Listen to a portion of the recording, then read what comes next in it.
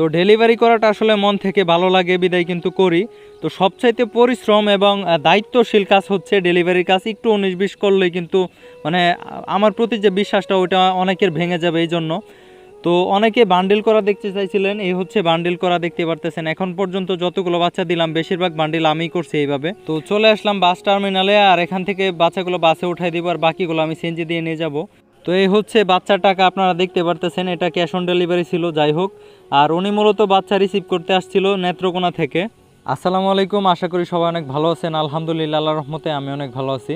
তো চলে আসলাম ডেলিভারির আরেকটা ভিডিও নিয়ে। তো অনেকেই আসলে ডেলিভারি ভিডিওগুলো অনেক পছন্দ করেন, তারপরে বিশেষ করে ডেলিভারি করা আমারও অনেক ভালো লাগে। তো ভিডিওটা হয়তো আজ থেকে আরও 5-6 দিন আগের, কিন্তু হয়তো আপনারা দেখতে দেখতে আরও 5-6 দিন হয়ে যাবে।